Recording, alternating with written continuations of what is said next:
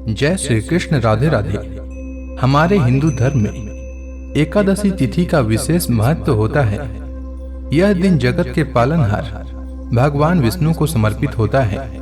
इस दिन झूठ नहीं बोलना चाहिए, किसी की निंदा नहीं करनी चाहिए तथा मांस मदिरा का बिल्कुल भी सेवन नहीं करना चाहिए।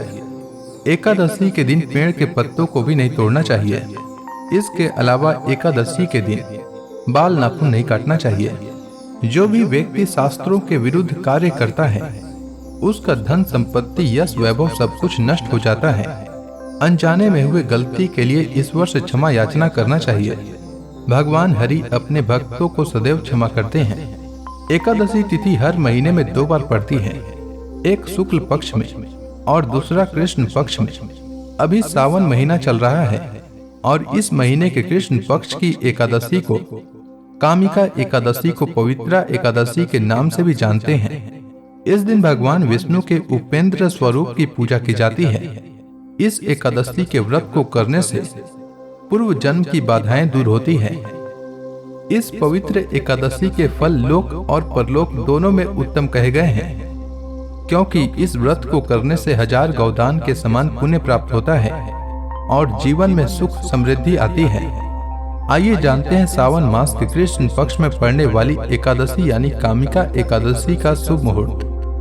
सावन मास के कृष्ण पक्ष की एकादशी तिथि का प्रारंभ 8 अगस्त 2026 को दोपहर 1:59 से होगा और एकादशी तिथि का समापन 9 अगस्त 2026 को सुबह 11:04 तक होगा।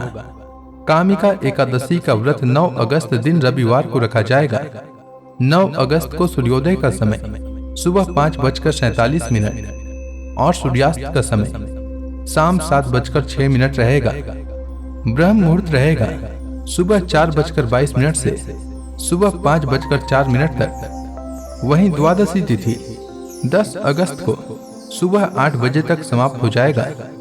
पारण का शुभ मुहूर्त रहेगा 10 अगस्त को सुबह 5:47 से सुबह 8 बजे तक।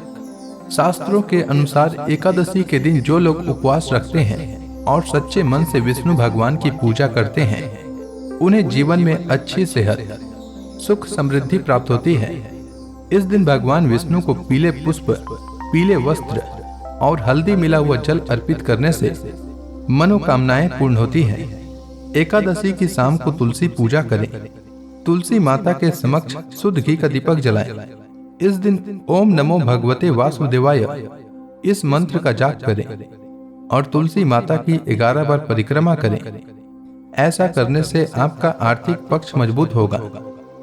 शास्त्रों के अनुसार एकादशी तिथि के दिन पीपल का पौधा लगाने और उसमें नियमित रूप से जल चढ़ाने से पितरों की आत्मा को शांति मिलती है और घर में सुख शांति आती है। साथ ही एकादशी के दिन गरीब लोगों को पीले वस्त्र, अनाज और फल दान करना चाहिए। आइए जानते हैं एकादशी पूजा विधि के बारे में। एकादशी का व्रत 10वीं तिथि की शाम सूर्यास्त के बाद से ही शुरू हो जाता है और एकादशी का व्रत द्वादशी तिथि पर समाप्त होता है। 10वीं तिथि पर सूर्यास्त से पहले भोजन कर लें। इस दिन तामसिक भोजन से परहेज करें और सात्विक और हल्का आहार लें। एकादशी के दिन सुबह जल्दी उठकर स्नान करना चाहिए।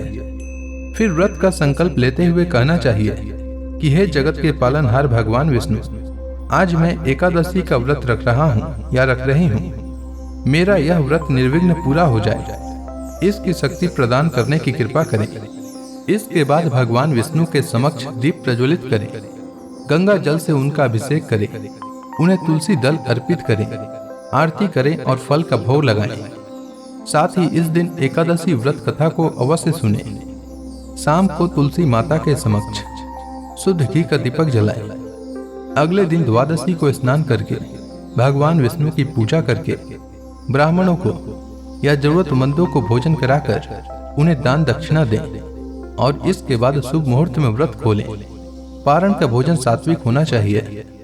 पारण के भोजन में प्याज और लहसुन का प्रयोग नहीं करना चाहिए।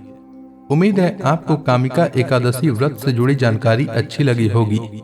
अगर आपको यह वीडियो अच्छी लगी हो तो इस वीडियो को लाइक करें और साथ ही चैनल को सब्सक्राइब करें। धन्यवाद।